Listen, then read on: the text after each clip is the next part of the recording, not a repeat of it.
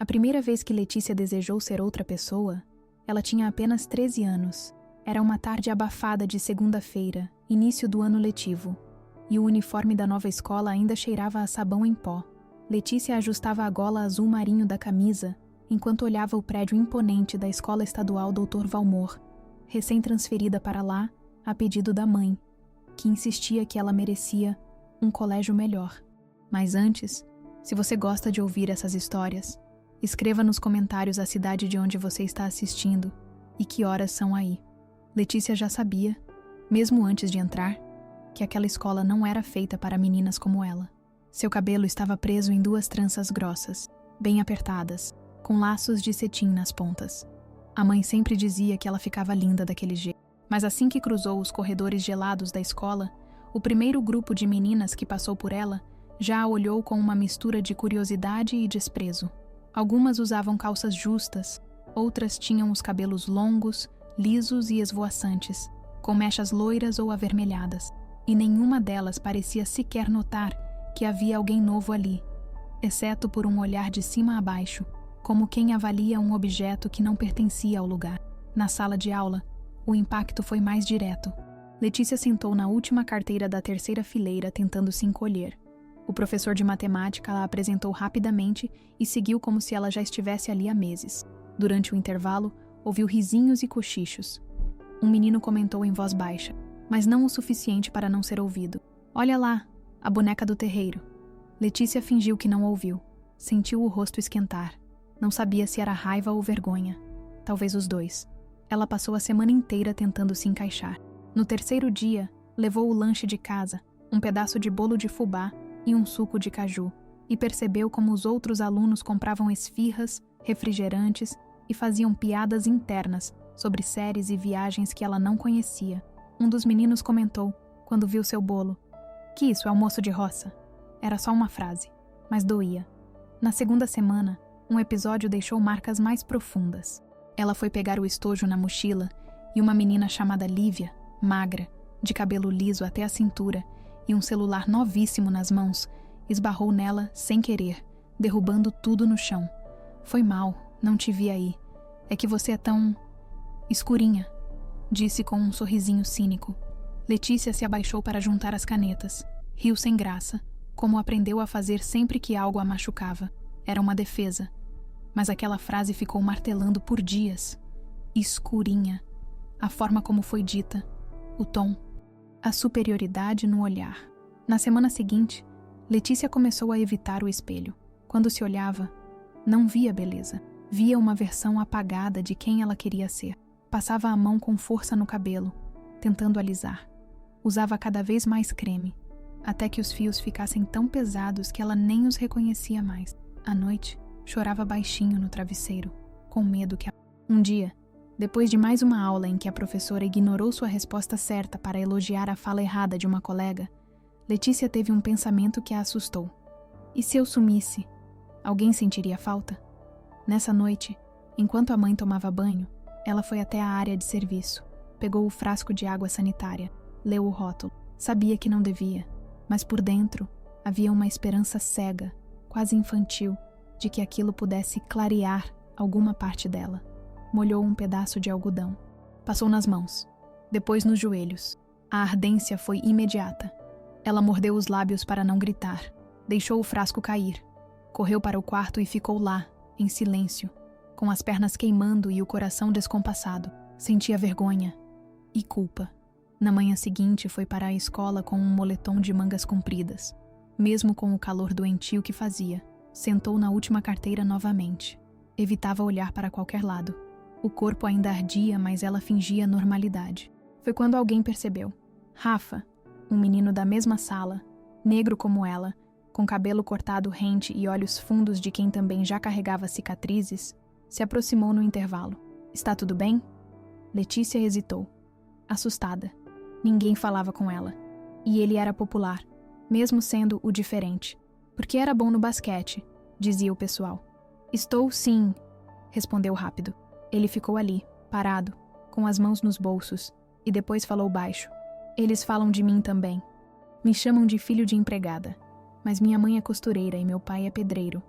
E eu tenho orgulho." Letícia não sabia o que dizer, apenas assentiu, sem encará-lo.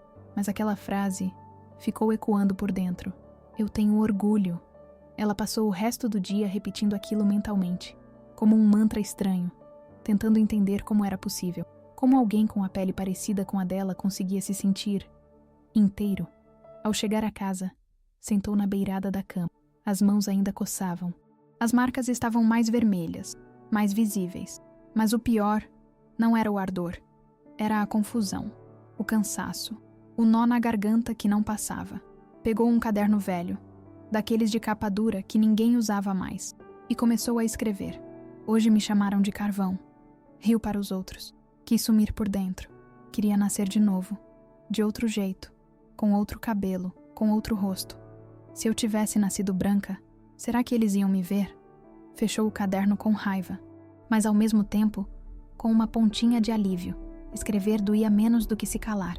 Letícia passou o fim de semana com um tipo de silêncio diferente dentro de si. Era como se estivesse vivendo apartada do corpo, assistindo de longe a própria vida. A mãe, Dona Silvia, percebeu algo estranho. No domingo à tarde, enquanto dobrava as roupas no sofá, chamou Letícia com a voz calma, mas firme. Filha, o que foi que aconteceu no colégio? Letícia hesitou. Olhou para os pés, depois para as mãos ainda com marcas vermelhas desbotando. Pensou em mentir, em dizer que nada demais havia acontecido. Mas naquele momento, dizer nada seria como mentir para si mesma também. Ainda assim, ela respondeu com um suspiro. Nada, mãe. Não gosto muito de lá. Dona Silvia se aproximou, se ajoelhou diante da filha e segurou o rosto dela entre as mãos. A mulher tinha os olhos marejados e a voz embargada. Eu sei quando você está tentando ser forte. Só quero que você saiba que não precisa fingir comigo. Está bem? Letícia forçou um sorriso. Queria dizer tanta coisa. Queria contar que se sentia pequena, invisível, desimportante, que estava cansada de ser tratada como um erro de fábrica. Mas tudo o que conseguiu responder foi: eu só queria ser igual às outras. A mãe engoliu seco, levantou devagar e não insistiu. Sabia que aquilo era apenas a ponta do iceberg. Na segunda-feira, Letícia voltou à escola com os mesmos passos curtos e o mesmo olhar encolhido. Mas naquele dia, algo mudou. Ao entrar na sala, viu Rafa de pé, segurando um papel. Estava pálido. A professora havia pedido para cada aluno ler uma redação sobre quem você é. A maioria escreveu sobre hobbies, viagens e sonhos futuros. Rafa começou a ler. Me chamam de filho de empregada. Dizem que eu não tenho jeito de médico, nem de engenheiro. Dizem que eu deveria me preocupar com o basquete. Mas eu não quero ser atleta. Quero ser cirurgião. Me chamam de pretinho, e não é com carinho. Já tentaram mexer no meu cabelo, sem pedir. Já me disseram que se eu usasse lentes e cortasse o cabelo bem baixinho, talvez ficasse mais apresentável. Eu ouvi tudo isso antes dos 15 anos. A sala ficou em silêncio. Um silêncio tão denso que parecia que ninguém respirava. Rafa continuou, a voz trêmula. Eu sei que vão rir. Alguns vão cochichar. Mas eu não escrevi isso para você. Escrevi porque, se eu não disser quem eu sou, vão continuar tentando me dizer quem eu devo ser. Ele terminou de ler e sentou.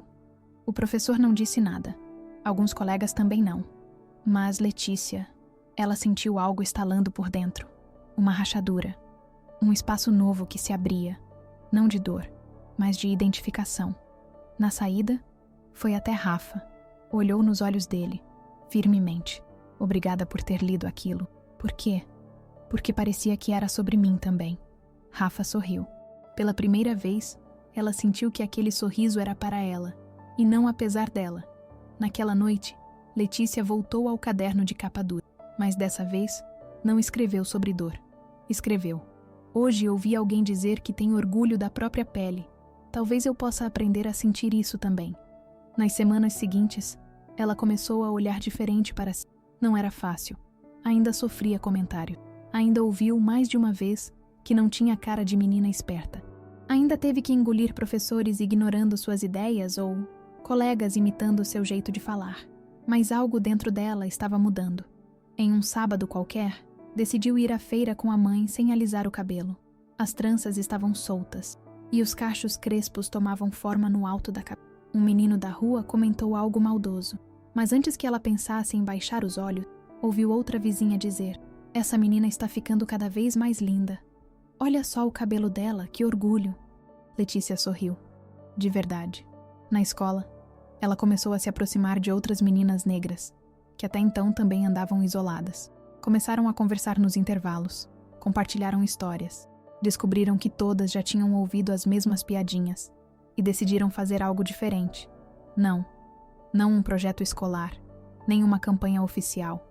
Decidiram apenas se sentar juntas, andar juntas, se proteger. Não era um clube, era uma trincheira silenciosa contra a solidão. No fim do trimestre, um professor de história, novo na escola, pediu uma redação sobre ancestralidade. Letícia hesitou, mas depois escreveu com força, com raiva, com amor. Escreveu sobre a avó, nascida no sertão, que cuidava dos filhos dos brancos, mas nunca pôde estudar. Sobre o bisavô, que vendia peixe com uma carroça de madeira. Sobre a mãe, que lutava todo dia para que ela estivesse naquela escola, mesmo que aquilo doesse. Escreveu: "Minha cor não é um detalhe, é a história do meu povo. É a marca do que resistiu." A redação foi lida em voz alta, e a sala ouviu em silêncio. Dessa vez, ninguém riu. Ninguém cochichou. Letícia saiu da escola naquele dia com os passos mais firmes. Ainda existiam cicatrizes. As marcas da água sanitária ainda ardiam em sua memória. Mas agora havia algo novo. Algo que ninguém poderia apagar. Havia dignidade. No fim do ano, quando os boletins foram entregues e os alunos começaram a falar sobre férias e viagens, Letícia sentia outra coisa. Não era empolgação, nem tristeza. Era alívio. Sobreviver àquele primeiro ano no colégio tinha sido uma batalha silenciosa. E vencer sem precisar renunciar quem ela era parecia um milagre. Mas as feridas não cicatrizam de uma hora para outra. Em casa, ela continuava evitando o espelho grande do corredor. A lembrança da manhã em que tentou clarear a pele ainda morava ali, naquela moldura silenciosa. E embora agora estivesse tentando se aceitar, a verdade é que uma parte dela ainda temia que o mundo não deixasse. Durante uma das últimas aulas, a professora de literatura decidiu trabalhar com poesia. Cada aluno deveria escolher um poema que o representasse, declamar para a turma e explicar por quê. Letícia pensou em se esquivar, dizer que estava gripada, que tinha perdido a voz, mas alguma coisa a empurrava para frente, como uma onda que se recusa a recuar. Na noite anterior à apresentação, vasculhou livros da mãe, pastas antigas, sites e vídeos, até que encontrou o poema que a travou diante da tela por longos minutos. Era de Conceição Evaristo e dizia: "A voz que me resta não se cala, não silencia. A voz que me resta grita, sussurra, canta." Letícia releu em voz alta. 2, 3 vezes. Depois se olhou no espelho e, pela primeira vez em muitos meses, viu seus próprios olhos de verdade. Na sala, no dia seguinte, as apresentações foram sendo feitas. Uns riam nervosos, outros liam correndo. Mas quando Letícia se levantou, algo diferente aconteceu. Ela não tinha o papel nas mãos. Decorou os versos e os disse com firmeza, olhando para a frente, como se cada palavra fosse uma flecha lançada contra os muros invisíveis que a cercaram o ano inteiro. "A voz que me resta não se cala." A turma ficou em silêncio. A professora, que corrigia cadernos distraída, levantou os olhos. Era como se Letícia não estivesse apenas declamando. Ela estava se afirmando. Ao final, explicou: "Escolhi esse poema porque ele fala daquilo que não podem tirar da gente, a nossa voz. E por muito tempo, eu fiquei calada, fingindo que não doía, que estava tudo bem, só que não estava. E agora eu não quero mais fingir." A professora engoliu em seco. Alguns colegas aplaudiram, outros apenas se entreolharam em silêncio. Mas algo havia mudado naquele espaço. Na semana seguinte, já em clima de despedida, Letícia começou a desenhar em seu caderno durante o intervalo. Rabiscava rostos negros, cabelos cacheados, olhos firmes. Uma menina da sala, Júlia, que antes mal trocava palavras com ela, se aproximou. "Que legal esses desenhos. São você?" "São pedaços de mim", respondeu Letícia, meio surpresa com a abordagem. "Posso te pedir um? Eu tenho uma prima que se sente muito mal com o cabelo dela. Acho que ela ia amar ganhar um desenho assim." Letícia ficou em silêncio por um instante. Depois sorriu e aceitou. Naquele dia, sentiu algo que ainda não tinha experimentado: ser referência. Na formatura do 9º ano, Letícia usou um vestido amarelo-ouro e os cabelos trançados no alto da cabeça. Dona Silvia não conteve o choro ao vê-la descendo a escadaria da escola. Não era apenas orgulho, era reconhecimento. A filha que carregava tantas dores ainda conseguia brilhar, ainda conseguia se levantar. Na cerimônia, Letícia recebeu uma menção honrosa pela redação sobre ancestralidade. Não era o prêmio principal, nem algo que mudasse o boletim, mas era um símbolo, um aviso de que sua história, por mais silenciosa que fosse, tinha sido escutada. Após a entrega dos certificados, enquanto os pais tiravam fotos e os adolescentes riam abraçados, uma das professoras se aproximou. Letícia, queria te agradecer. Sabe, eu aprendi muita coisa só de te observar este ano. Às vezes a gente ensina matemática, português, mas esquece de ensinar coragem. E você ensinou isso para todo mundo aqui. Letícia não soube o que responder. Só assentiu, engolindo uma lágrima discreta.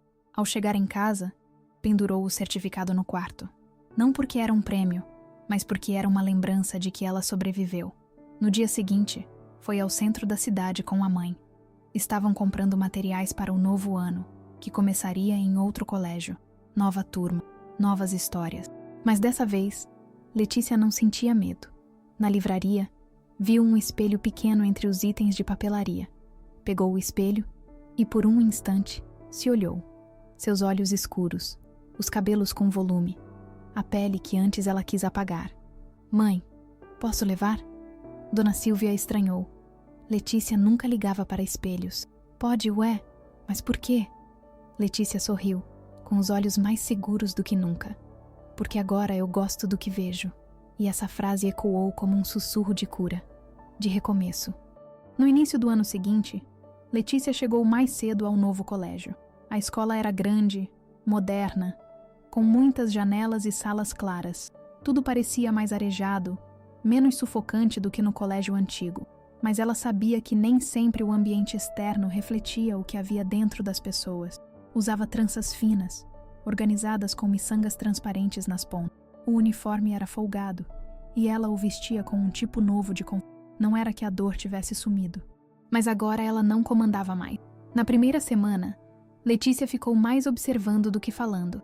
Reparava nos grupos, nas risadas, nas professoras, nos cartazes nas paredes. Identificou rapidamente quem era do tipo que ria alto demais, quem dominava os trabalhos em grupo, quem evitava os colegas pretos. Sim, ainda havia isso. E ela já sabia reconhecer. Um dos professores, chamado Rafael, propôs um projeto simples. Cada aluno escreveria uma crônica sobre algo marcante da infância. Letícia hesitou. Poderia escrever sobre um passeio com a avó, sobre o cachorro da vizinha, ou sobre o susto quando quase se perdeu no mercado com 6 anos. Mas nenhuma dessas histórias era a história. Na tarde do prazo, ela sentou em silêncio e começou a digitar.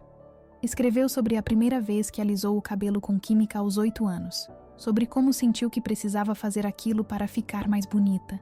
Escreveu sobre a vez que foi chamada de escurinha com desprezo e como levou tempo para entender que aquilo não era carinho. Escreveu sobre a água sanitária, não em detalhes, mas o suficiente para que se entendesse que ali houve um abismo. Terminou o texto com a frase: "A infância devia ser um lugar onde a gente se sente livre. A minha foi um campo de batalha." No dia da devolução dos textos, o professor Rafael pediu licença a tudo. Disse que queria ler em voz alta um dos trabalhos, com permissão da autora. Letícia assentiu, o coração acelerado. A sala mergulhou num silêncio espesso enquanto ele lia. Alguns rostos demonstravam surpresa, outros desconforto, outros pura atenção. Ao final, o professor fechou a folha com cuidado e disse: "Obrigado, Letícia, por sua coragem." Depois da aula, um dos colegas, um garoto alto, de pele clara, com um corte militar, se aproximou. "Ei, foi você quem escreveu aquilo?" "Fui", respondeu com um leve desafio no olhar. Ele pareceu um pouco sem jeito. Não sabia que isso podia acontecer. Que alguém podia querer mudar a cor da pele. É forte. Letícia deu de ombros. Não esperava pedidos de desculpa nem palmas. mas o simples fato de alguém estar pensando sobre aquilo já parecia um avanço. Acontece. Mais do que você imagina. Na semana seguinte, começaram os grupos para um trabalho interdisciplinar. Letícia foi colocada com uma menina chamada Isadora e um rapaz calado chamado Mateus. Quando foram para a biblioteca conversar sobre o tema, Isadora puxou o assunto com naturalidade. Eu li seu texto e fiquei pensando, você quer incluir isso no nosso trabalho? Digo, não como uma história triste, mas como uma discussão real sobre identidade. Letícia piscou. Ainda não estava acostumada com esse tipo de abertura, mas algo ali parecia honesto. Quero sim, mas não quero fazer um trabalho panfleto. Quero contar a verdade, do jeito que ela é, e assim fizeram. O grupo apresentou um trabalho que misturava dados sobre racismo estrutural com relatos pessoais e referências da literatura negra. A sala ouviu com atenção. O professor Rafael elogiou. E mais do que tudo, ninguém riu. Ninguém desviou o olhar. Na saída, Letícia recebeu um bilhete dobrado no meio do caderno. Era de Isadora. Dizia, obrigada por dividir sua voz com a gente. Quando você fala, dá vontade de escutar. Ela guardou o bilhete. Não no fundo da mochila, mas entre as páginas do seu caderno de escrita, onde agora costumava rabiscar poesias. Em casa, naquela noite, deixou o celular de lado. Pegou um caderno novo, capa roxa, e começou a escrever algo que há muito queria dizer, mas nunca soube como. Carta para mim mesma, com 13 anos. Escreveu como se estivesse conversando com a Letícia do passado, aquela que chorava em silêncio no banheiro, que esfregava o rosto com buchas, que dizia à mãe que estava tudo bem quando não estava. Você vai sobreviver, Letícia. Vai chorar, sim. Mas também vai se olhar no espelho e sorrir. Vai conhecer outras meninas como você. Vai saber o seu valor. Vai escrever. Vai falar. Vai ser ouvida. Fechou o caderno com um nó na garganta e uma certeza que doía. Ninguém nunca deveria se sentir errada por ser quem é. Na semana seguinte, a mãe de Letícia entrou no quarto. Encontrou o bilhete de Isadora na escrivaninha e sorriu. Posso te fazer uma pergunta? Pode. Você está feliz? Letícia olhou pela janela. O céu estava nublado, mas havia claridade. Estou começando a ficar. E esse começo era tudo. Era semente. Era resistência. Era promessa. Naquele semestre, Letícia começou a mudar os caminhos que fazia dentro da escola. Onde antes ela passava cabisbaixa, agora andava com o queixo mais erguido. Não por arrogância, mas porque a vergonha já não era um peso nas costas. Era como se, aos poucos, ela estivesse devolvendo para os outros a responsabilidade que nunca foi dela, a de sustentarem o preconceito, o silêncio, o constrangimento. Foi nesse novo momento que conheceu Sônia, a bibliotecária. Sônia era uma mulher de uns 50 anos, negra, com cabelos grisalhos crespos presos num coque despretensioso. Quando viu Letícia pela terceira vez no mesmo dia, indo e voltando entre estantes, mexendo nos livros de Carolina Maria de Jesus e Conceição Evaristo, resolveu puxar conversa. Gosta de ler, hein? Letícia sorriu de lado. Gosto. Estou descobrindo agora, na verdade. Nunca tinham me indicado esses livros antes. Ninguém indica o que não lê, respondeu Sônia, com um sorriso que dizia mais do que 1000 frases. Elas passaram a conversar com frequência. E foi ali, entre as estantes da biblioteca, que Letícia ouviu pela primeira vez o termo solidão da mulher negra. Sônia explicou sem rodeios, como quem planta sementes. A gente cresce aprendendo a cuidar de todo mundo, a ser forte, a não chorar, a resolver. Mas quem cuida da gente? Letícia ficou em silêncio. Aquela frase ecoou por dias. Na semana seguinte, a escola organizou uma feira de cultura. Cada turma escolheu um país ou movimento para representar. A turma de Letícia escolheu as influências africanas no Brasil. Alguns alunos quiseram fazer um estande só de culinária. Outros pensaram em danças. Letícia propôs algo diferente. E se a gente criasse um espaço com histórias reais, relatos de mulheres negras da nossa comunidade? A sugestão dividiu opiniões, mas Rafael, o professor de literatura, apoiou imediatamente. E foi ele quem ajudou a montar uma pequena sala, com fones de ouvido e gravações feitas pelos próprios alunos. Entrevistaram mães, tias, vizinhas. Gente que nunca tinha falado em público, mas tinha muito a dizer. Na véspera da feira, Letícia ouviu todas as gravações de novo. Em uma delas, Uma senhora chamada Dona Betina contava: quando eu era menina, a professora dizia que meu cabelo era bagunçado. Eu achava que ela estava certa. Passei anos tentando alisar quem eu era. Só entendi depois dos 40 que meu cabelo era só meu. E bonito assim mesmo. Letícia chorou. Não de tristeza. Era uma emoção nova. Uma mistura de orgulho e luto por tudo que nunca lhe disseram. No dia da feira, o espaço montado por eles foi um dos mais visitados. Gente da comunidade, pais de alunos, outros professores. Muitos ouviam em silêncio. Alguns choravam. Uma professora branca, que nunca tinha falado muito com Letícia, lhe disse com sinceridade: obrigada por abrir esses caminhos. Eu precisava ouvir isso. Mas não foi a feira o momento mais marcante daquele mês. Foi um dia comum, num intervalo qualquer. Letícia estava sentada sozinha, lendo, quando uma menina da sala do lado se aproximou. Morena, de cabelos cacheados soltos, olhos grandes. Se chamava Mirella. Você é a Letícia, né? Sou. Posso sentar aqui? Pode. Elas ficaram em silêncio por alguns minutos. Mirella parecia querer dizer algo, mas hesitava. Até que, sem rodeios, soltou. Eu vi o vídeo da feira. Ouvi sua entrevista com a Dona Betina. Queria dizer que me tocou muito. Eu sou filha de mãe branca e pai negro, mas sempre tentaram me convencer de que isso não fazia diferença. Só que fazia sim. Sempre fez. Só que ninguém falava. Letícia apenas assentiu. Sabia exatamente o que ela queria dizer, mesmo que as palavras fugissem. E também, continuou Mirella com a voz mais baixa, queria te agradecer, porque você me fez sentir que eu posso parar de tentar me esconder. Letícia sentiu um calor dentro do peito. Mirella não precisava dizer mais nada. Às vezes, o silêncio entre duas meninas negras carrega mais significado do que qualquer discurso. Naquela tarde, Letícia escreveu no seu caderno uma frase que não sabia de onde vinha, mas que parecia verdade. Quando uma de nós se enxerga com amor, outras passam a se enxergar também. A frase ficou ali, escrita com caneta preta, rodeada de rabiscos, como um selo. Alguns dias depois, o professor Rafael pediu um novo trabalho final. Poderia ser em qualquer formato: texto, vídeo, ensaio fotográfico, pintura. Letícia decidiu escrever uma carta pública, endereçada às meninas negras do Brasil.